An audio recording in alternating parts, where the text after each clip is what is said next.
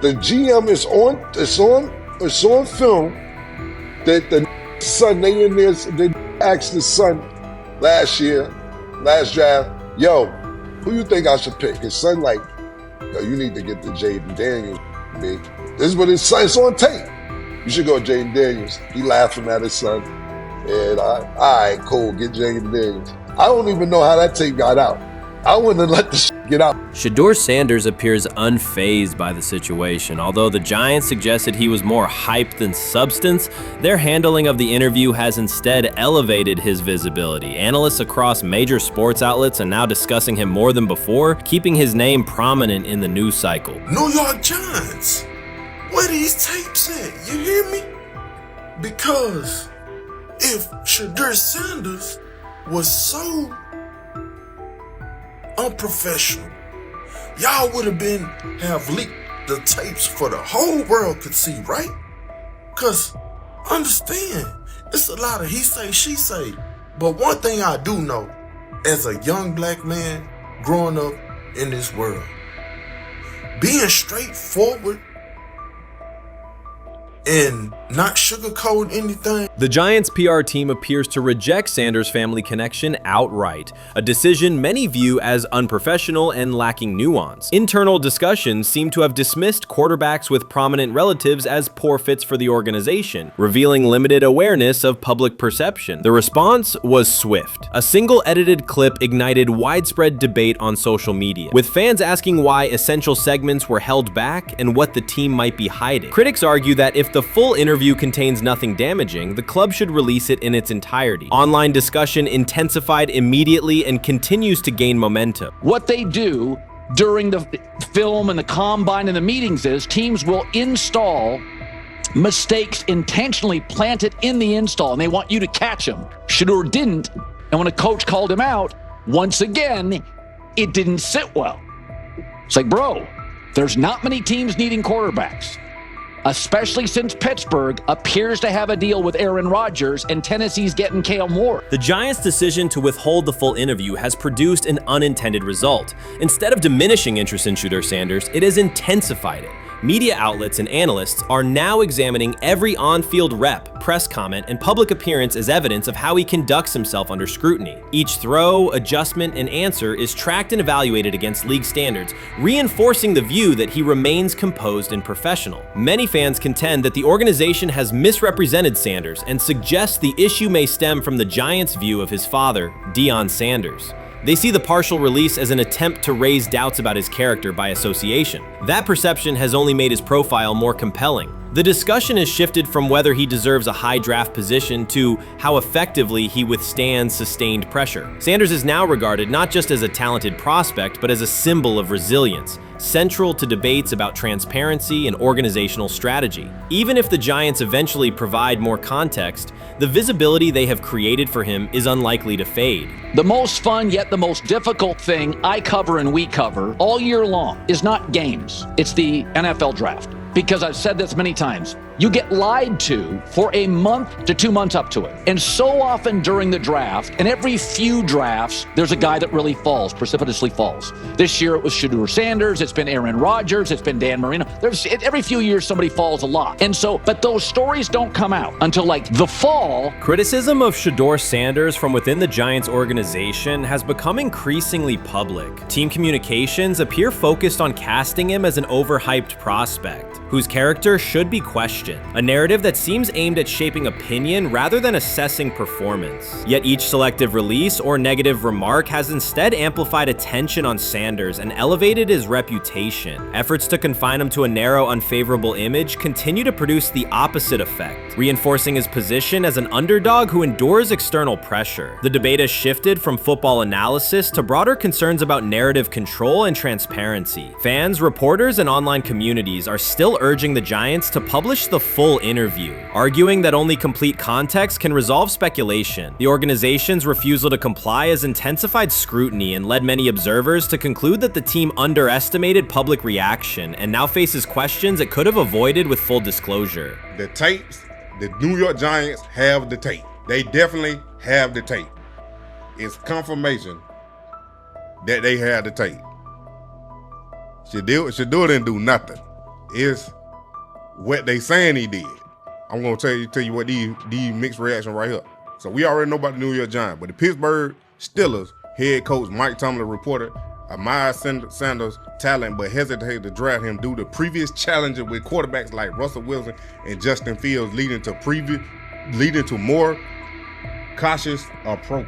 Las Vegas Raiders. Sanders met with Raiders at the NFL scouting combine and expressed enthusiasm about potentially joining the team. His familiarity with the West Coast offense and quick release was noted positive, though concerns about his ceiling. Hours after the Giants posted that short audio clip, the timeline never slowed. Comment threads filled with frame-by-frame breakdowns, lip-read attempts, and side-by-side comparisons of what was said versus what was left out. Reporters called league contacts. No one could explain why a franchise would stir this level of curiosity only to seal the vault. Each refusal sharpened focus on Shedeur Sanders, turning routine throws into national talking points. Analysts kept circling back to the same note. His cadence at the line looks unchanged, steady against the noise. Hashtags demanding the full interview, trend drop, and trend again. Podcast hosts bump scheduled segments to lead with the leak. Rival teams get asked how they would handle a similar situation, then quietly check their own archives.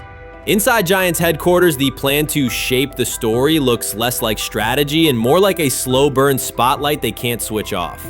And now every preseason snap, every media availability, every stray sideline camera angle gets fed into a loop that asks, what are they still hiding?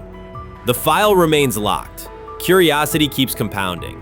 Until someone presses upload or steps to a podium and explains the redactions, the subject drifts away from depth charts and play design, fixing instead on secrecy, control, and the risk of underestimating how fast attention turns pressure into permanence. Momentum isn't fading, it keeps recalibrating. Louder, impossible to mute.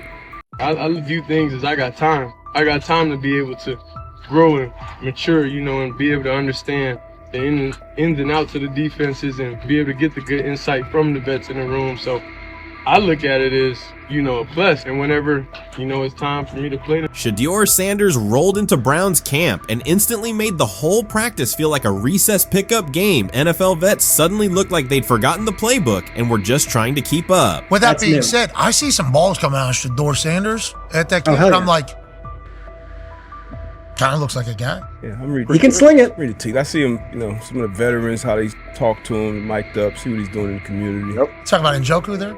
Njoku, Mike Knapp. Yeah, once you see, different little interactions and things like that, I know he has the talent. We'll see. It'll be a competition that usually brings the best out of guys, especially young guys. So I'm interested to see how that quarterback situation. Right after Shedeur Sanders tightened his cleats and the Browns settled in for what they figured was a routine camp day, the whole vibe tilted sideways. No blazing comet, no UFO touching down at midfield, just a swagger-charged quarterback striding in like he'd crashed the wrong league and thought, yeah, I'll stick around and run this show. The Browns had no clue what storm was rolling in. You'd expect an NFL team to do a quick scout, maybe pull up a highlight reel or two, but nope.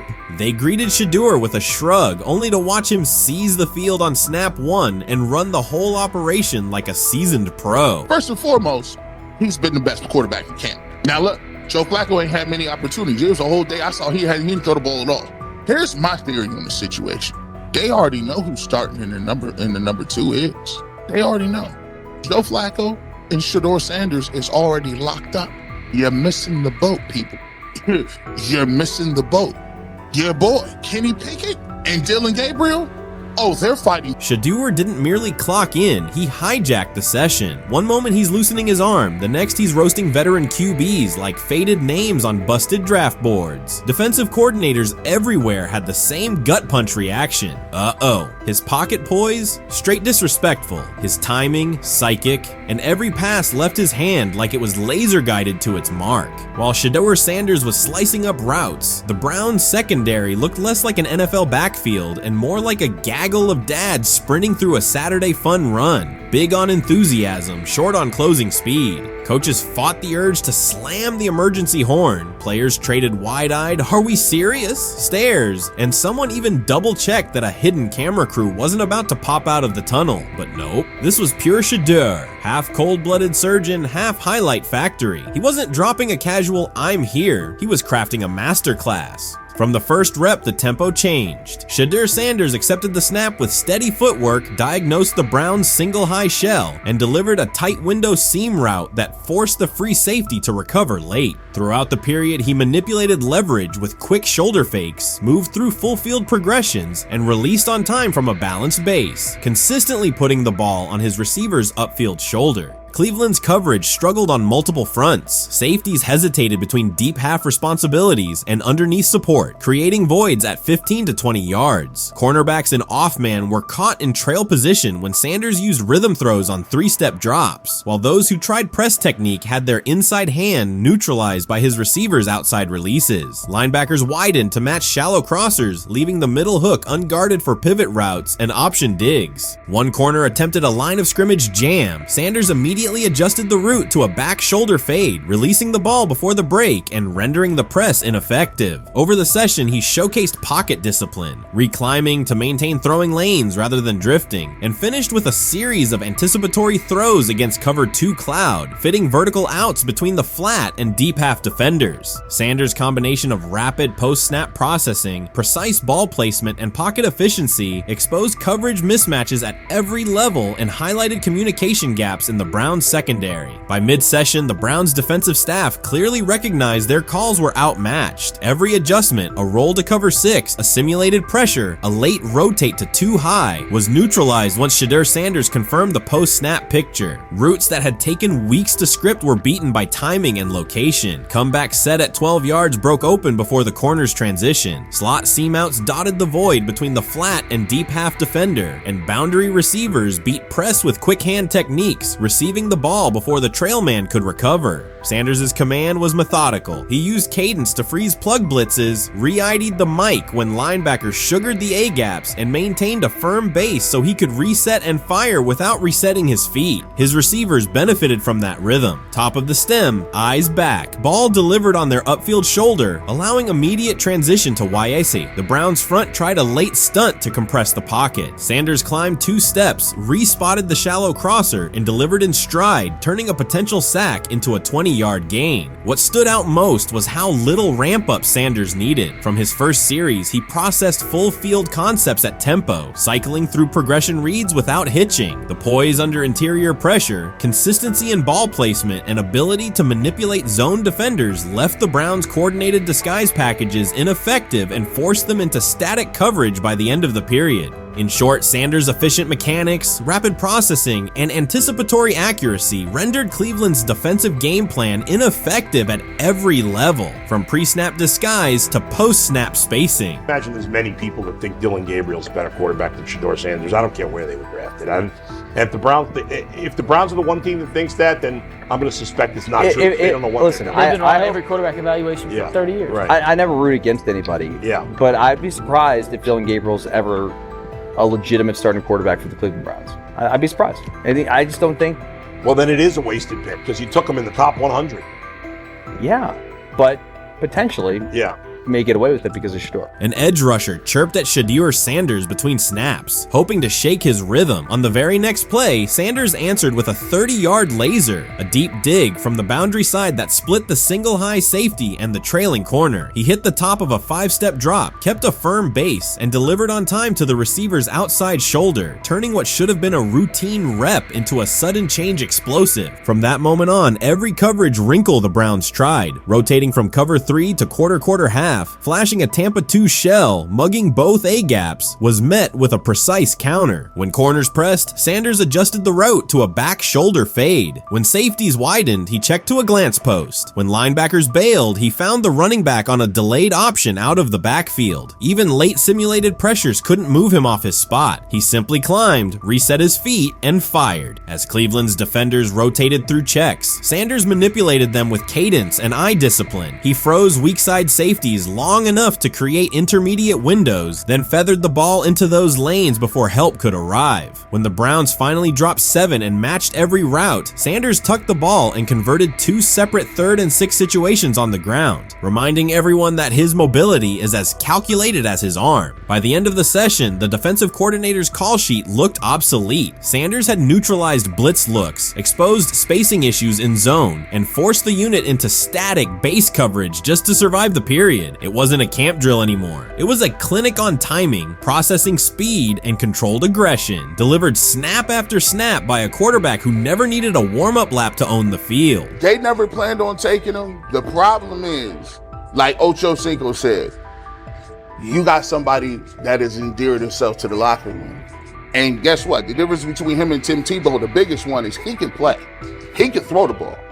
Tim Tebow running around being an H-back, he can throw the ball. And he's done everything he needs to do. He ain't saying nothing. He ain't rocking the boat. He ain't mad about the reps. He ain't mad about none of that. All the people out there want to see is this, like Tyver said earlier. We want to see what he can do with Jerry Jeudy. That's it. I want to see what he can do with David Njoku. I want to see him with Junkins. I want to see him with the first running backs. If you are cooking, if you are beating down the doors with the 3s and 4s, guess what? You deserve more. From the first team period on, Cleveland's secondary looked a step slow. A deep third safety hesitated on a post-snap rotation, leaving Shedeur Sanders free to climb the pocket and fire a 22-yard out that arrived before the defender could plant and drive. The supporting cast around him, players fighting for roster spots, not Pro Bowl invites, benefited from his command. Sanders used tempo to control the defensive front, altered protections at the line, and located throwing lanes so quickly that one receiver didn't register the catch until he crossed the goal line. As the Browns tried new personnel groups, coverage busts multiplied. Starters slipped out for hamstring stretches while rookies rotated in, only to find the ball arriving on their blind side before they'd completed a midpoint squeeze. On a later 3rd and long, Cleveland finally closed the interior rush lanes, compressing the pocket with 3 defenders. Sanders pivoted through the traffic, stepped into a narrow escape window, and, without resetting his shoulders, whipped a no-look pass to the boundary curl for a fresh set of downs. The throw turned a potential sack into an explosive play and left the coaching staff scrambling for answers. The people who are fascinated by Shedeur for whatever reason, whether it's his play, I guess, last year was kind of fun. If you're just like a guy who grew up like loving Deion Sanders and passed that love on down to your kids, I can see why you're like that. The one thing I will give them is you're looking at this quarterback room. If you're a fan of Shedeur and say, why can't he go beat Dylan Gabriel or Joe Flacco or Kenny Pickett? So I do understand that part of it, right? Because why not? Why couldn't he be a Brown starter in October or November? That looks like a quarterback room where everyone will get a chance to start. Grab hold of the starting job. Yes, but I don't think we're going to know which one until we get deep into August. Now, I think, we tracked the reps everybody was getting at practice throughout the OTAs and minicamp. But when you talk to people there, they just want to make sure everybody got what they needed. And that, Kenny Pickett, we find out if he has the goods to be the starter. Joe Flacco, they back him off a little bit. He's 40. He may not need as much. The rookies, Shedeur Sanders and Dylan Gabriel, what do they need to learn to make the transition from the college game to the pro game? That's what the spring was about for the Browns quarterbacks. Now, Shedeur Sanders has moved from social media celebrity to on-field standout, and ESPN now lists him among its first-team candidates. Reactions are split. Some fans are impressed while others are skeptical. Whether this reflects Deion Sanders' long-term strategy or simply Shedeur's rapid development, the story is drawing widespread attention. Here's a look at what led to this moment. They never planned on taking him. The problem is, like Ocho Cinco said, you got somebody that has endeared himself to the locker room. And guess what? The difference between him and Tim Tebow, the biggest one, is he can play. He can throw the ball.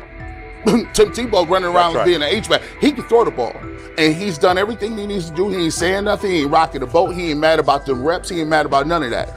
All the people out there want to see is this, like Tyver said earlier.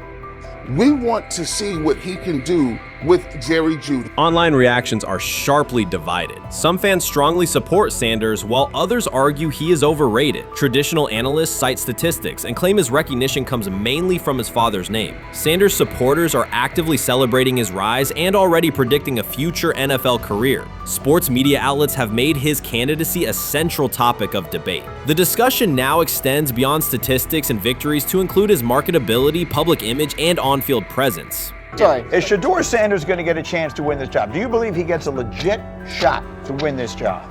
Listen, I think first of all, the action's going to really start in training camp. Like, forget all the OTA stuff. You don't win a job in OTA. The real action starts in training camp. And just like Shedeur said, during the mini camp, when it's time to take your reps, you got to make the most of it. Because I think early on, there's going to be a lot of remember, Joe Flacco didn't hardly practice in OTAs and mini camps because they were giving the young guys. Right. So when he gets his opportunity, he's going to have to make the most of it. Analysts are closely reviewing game footage to evaluate Sanders' decisions and mechanics, while others examine his social media activity to see how he balances content creation with quarterback duty. Shedeur Sanders' placement on ESPN's early first-team list has taken over the college football conversation. Supporters circulate his highlights and argue that his on-field production and leadership justify the honor. Skeptics claim the recognition relies too heavily on his family name and question whether his resume is strong enough for first-team status. Analysts are rewatching game footage to assess his reads, accuracy, and pocket presence, while others examine how he balances a high-profile social media presence with quarterback responsibilities. The debate has pushed other storylines, such as conference realignment and NIL issues, into the background, leaving fans and commentators focused on Sanders' performance, marketability, and overall impact on the sport. I'll keep saying it. I believe Shedeur Sanders should play more games than any other quarterback on this roster this year, because he's the only guy that I look at and say they might have something here. Because I'm telling you right now, they left night one of the draft saying we are taking our quarterback next year. So it's on Shedeur or Dylan or Kenny, probably not Joe, to change their mind. To change their mind. But you got to find out. You've got to find out. Opinions differ on whether Sanders is benefiting from his family name or simply showing real progress, but the attention is undeniable. Social media is flooded with edited images elevating him to legendary status. Critics argue the first-team nod is driven by hype and marketability, while supporters point to his flashes of strong arm talent, field vision, and decision-making. Regardless of motive, the announcement has dominated the football news cycle and intensified debate over how much of his rise is performance-based versus media-driven.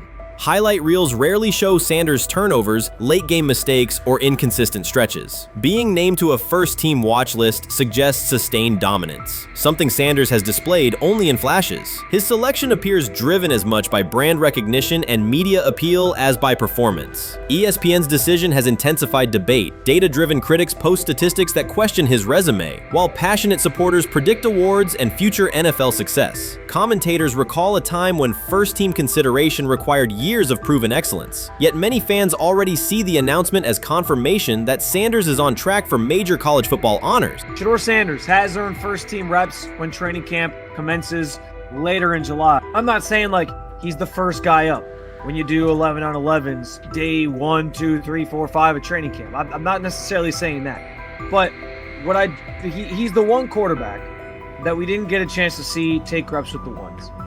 But I think Shedeur has a chance to like make this conversation interesting if he gets those reps with the ones and he has the same success that he did with the 2s, the 3s, and the 4s.